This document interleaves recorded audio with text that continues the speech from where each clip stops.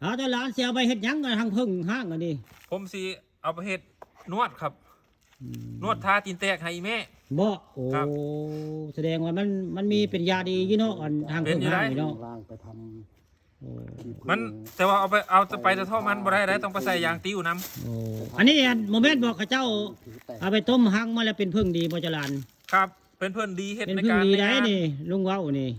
งานบุญงานกุศลก็ใส่เพิ่งดีอันนี้ล่ะเบ้อนี่ล่ะนี่เพิ่นลดลงมาทางเทิงได้พี่น้องผู้หน้าผาบ่ได้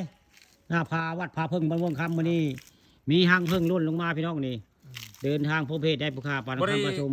บ่ได้จูดบ่ได้อันนั้นมาได้บ่ได้แย่บ่ได้แทงบ่ได้มันหล่นมาให้ผู้เดียวแม่นมันล่นลงมาได้อันนี้ปัจจุบันลูกหลานมาแย่มาแทงหางพึ่งบ่ได้เด้อคนให้ได้กะขอลูกหลานเอาเก็บเมื่อ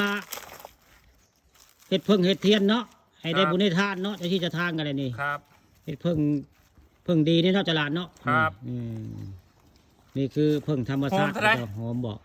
หอมเนาะหอมห่วยๆครับโอ้หอมเนาะนี่แหละพี่น้องพึ่งดีบ้านเฮาเขาต้มมันนี่เบ้อเฮ็ดพึ่งเสียงมันนี่ล่ะนี่ล่ะคือพึ่งดีพี่น้องนี่เวลาเฮาไปต้มเฮ็ดได้เฮ็ดพึ่งกานี่ด่านนี่มื้อนี้ผู้ค้าปานคำผสมมาแปลกแวกแนวพี่น้องมื้อนี้มาเว้าเรื่องสรรพคุณเรื่องหังพึ่งได้มีไผตีนแตกอยู่บ่ยามหนาวฮะเนาะโอ้อันนี้การตีนแตกพนเจ้าหลานเนาะ